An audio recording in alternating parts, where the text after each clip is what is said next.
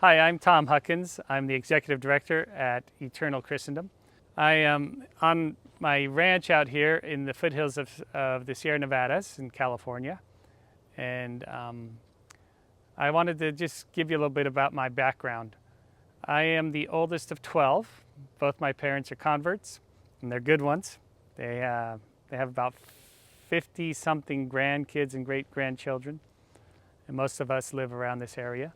So they were wonderful parents and gave me a great upbringing, taught me the faith, taught it both through word, but especially through action.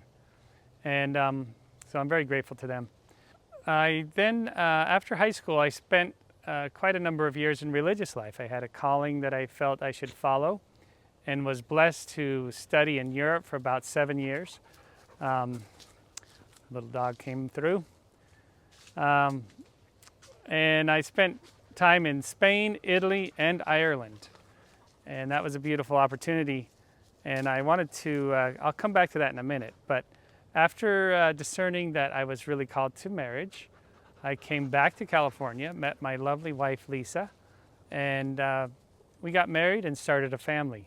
So I spent about 13 years in education, Catholic education, about 13 years in Catholic media, mostly radio, Catholic radio.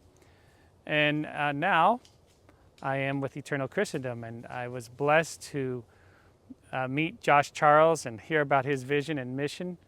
And now I am part of this team as executive director. So to kind of give you some background on who I am and how I came to this place, I wanted to tell you a story of how we ended up on what we call Rancheria Isabella. That's the name of our property.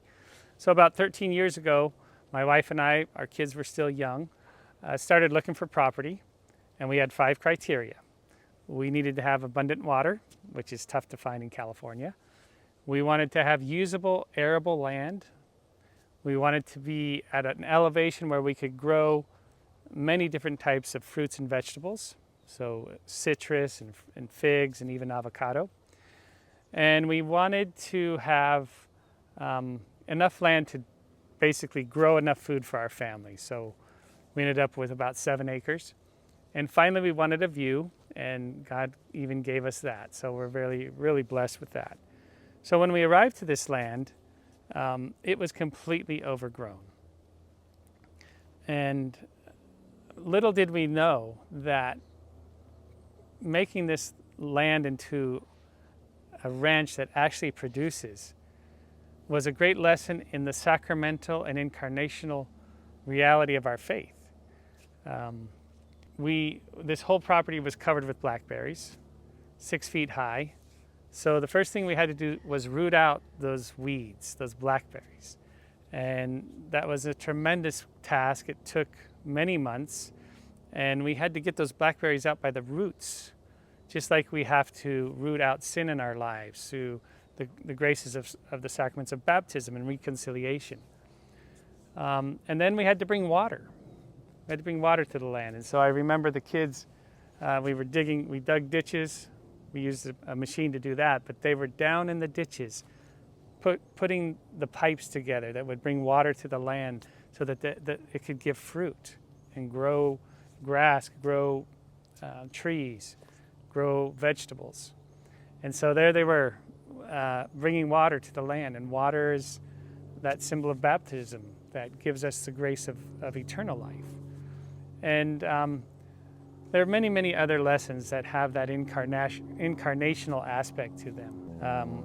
All these things bring you very much in touch with your humanity and with God's providence.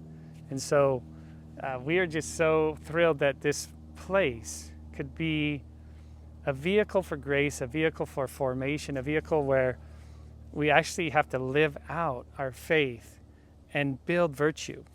So I just think that's exciting. And as we get into the work that we do at Eternal Christendom, and you start reading either the early church fathers or in other great classics that are really a fruit of the Catholic Church, you find that there's a thread that runs through it always. and that is this sacramental and incarnational view of life. Jesus became a man, and he lived on the earth. He talked about fig trees. There's a fig tree right here.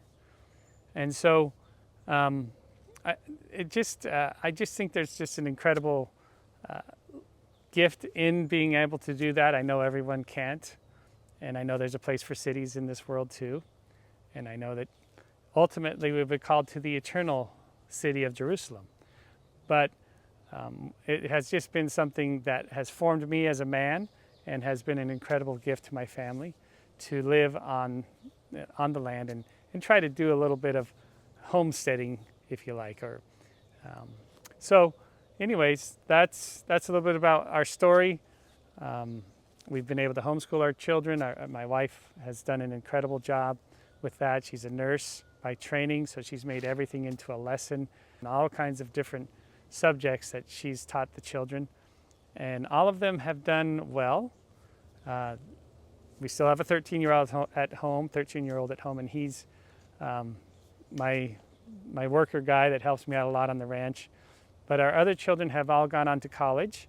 They've all gone to Thomas Aquinas College, which if anybody knows about it, it's a great books program. And 3 have graduated, 2 are still in. And one of our daughters met her husband there and is now the mother of our first grandchild. So we see that the fruits of our family life that kind of developed on this land have now have developed out in their lives, and they are starting to grow. And some of them want to come back to the land, and so we're trying to make a place for them on the property, and so that this family life can continue to be a beautiful school of virtue and faith.